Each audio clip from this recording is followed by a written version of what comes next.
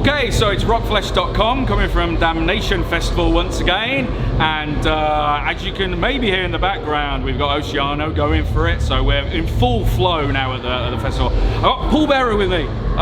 Hello guys, how you doing? Yeah, pretty well. Not played your set yet, have you? So No, just had a long nerves, time ago. Excitement? Not nervous. I'm looking forward to it, though. Looking forward to it. Yeah. Good. What can we expect in the set? Any surprises? Well, maybe at the soundboard. Are you always trying and get the inside scoop early on? It's like, because it must be, I guess it must be quite difficult when you're playing, say, festivals rather than a headline tour, etc., in working out what to put in the set. Because obviously there might be people who don't know you, and it's almost like a kind of, a marketing opportunity kind of thing. How do you go about putting together a festival set as opposed to maybe a normal set? Coming to blows over what songs we're going to have to omit from the set list. So full on democracy, full on battle. Yeah. So I mean, it's because we were just speaking with a couple of bands that said they sometimes feel that they don't necessarily, they almost tailor it towards the festival.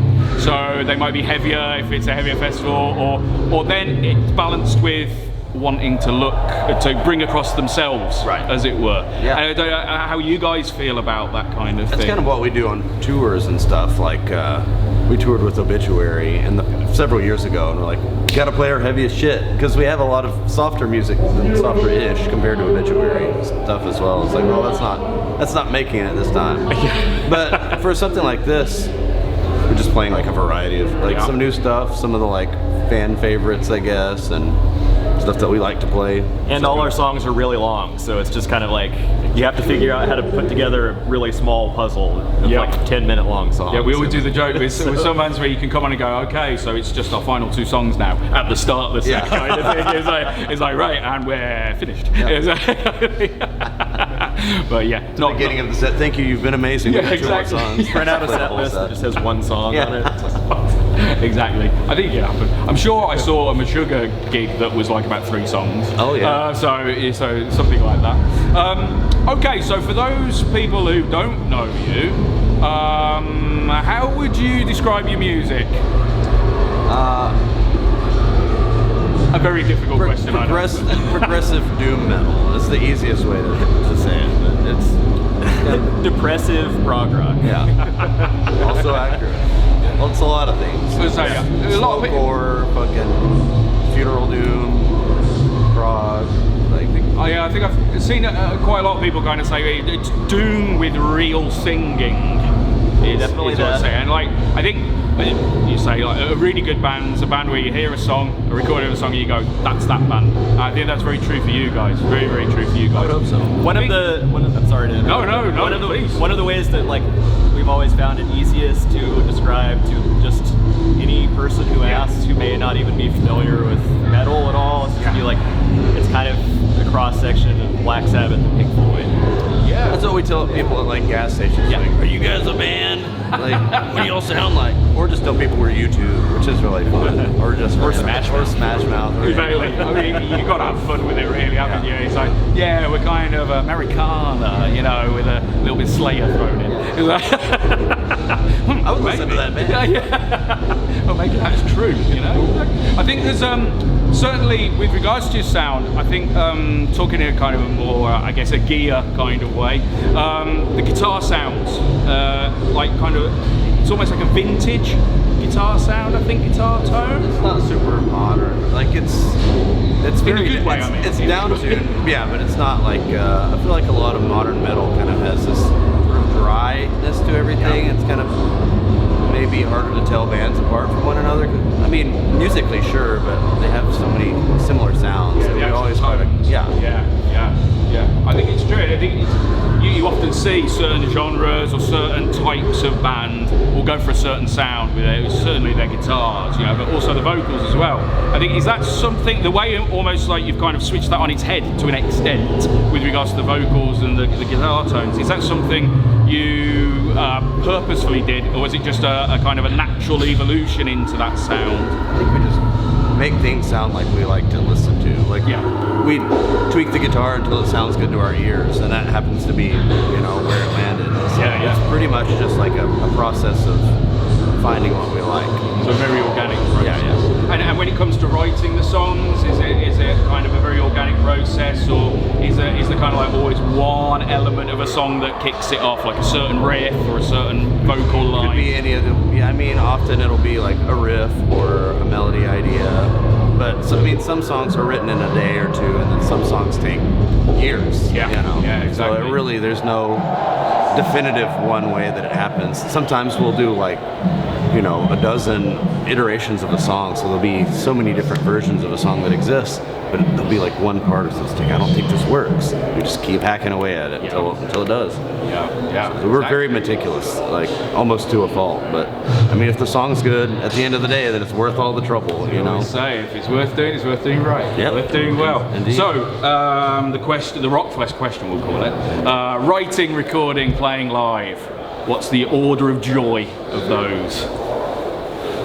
It depends. I think I enjoy writing the most because it's a really, I don't know, it engages my mind in a certain way that I think is a lot of fun. Like, recording is probably my least favorite because it's just work and it's really stressful. You have to nail it. Yeah, exactly.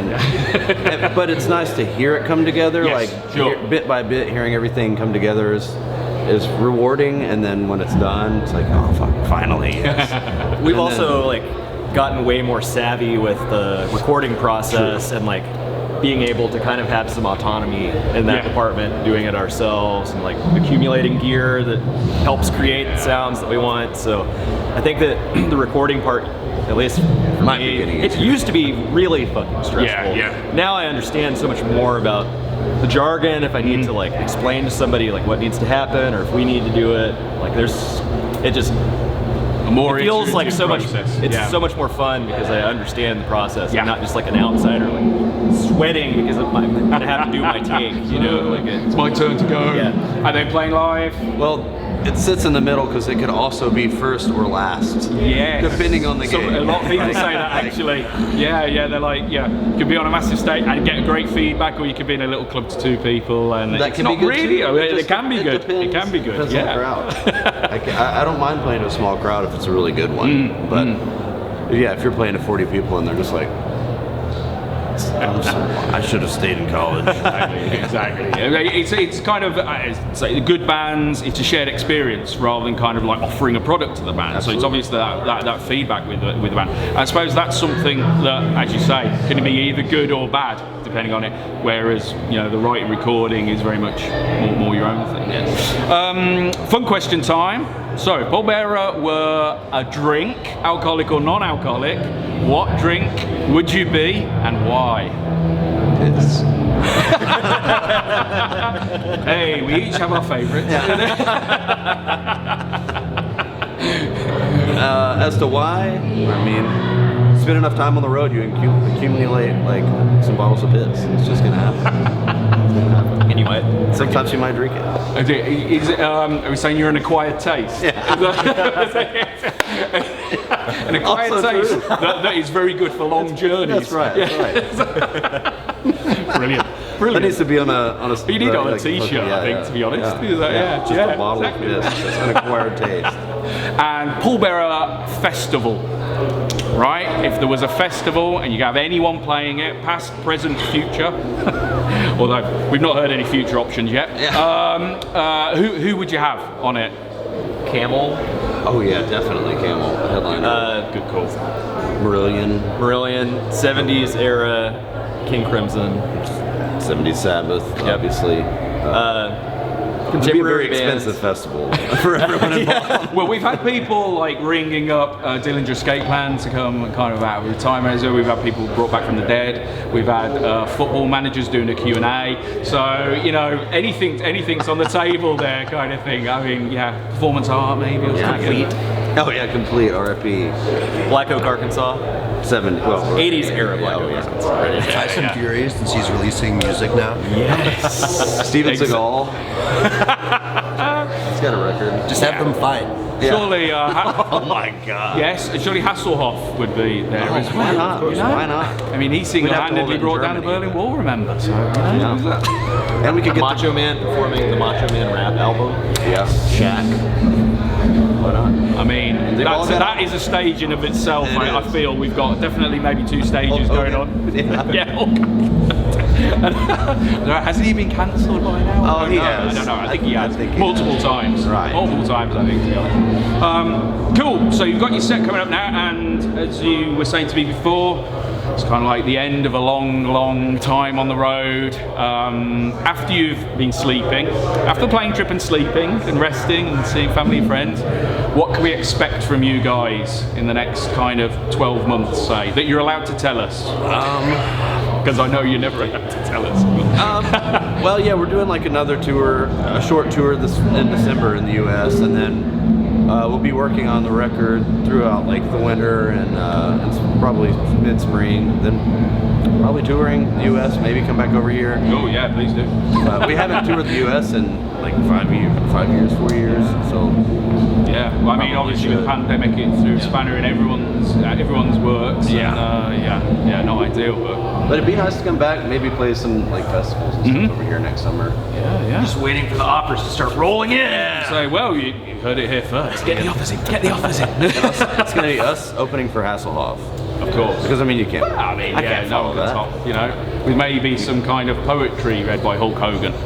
That's it. I'm afraid. I'm afraid that will might happen. include. You know? Okay, cool. Well, thanks very much for speaking with us and Absolutely. spending the time, and have a really good set, and hopefully enjoy it, and it'll go awesome, I'm sure. Thank you. Thank you. Thank you. Rockfest.com at Damnation. Thanks very much.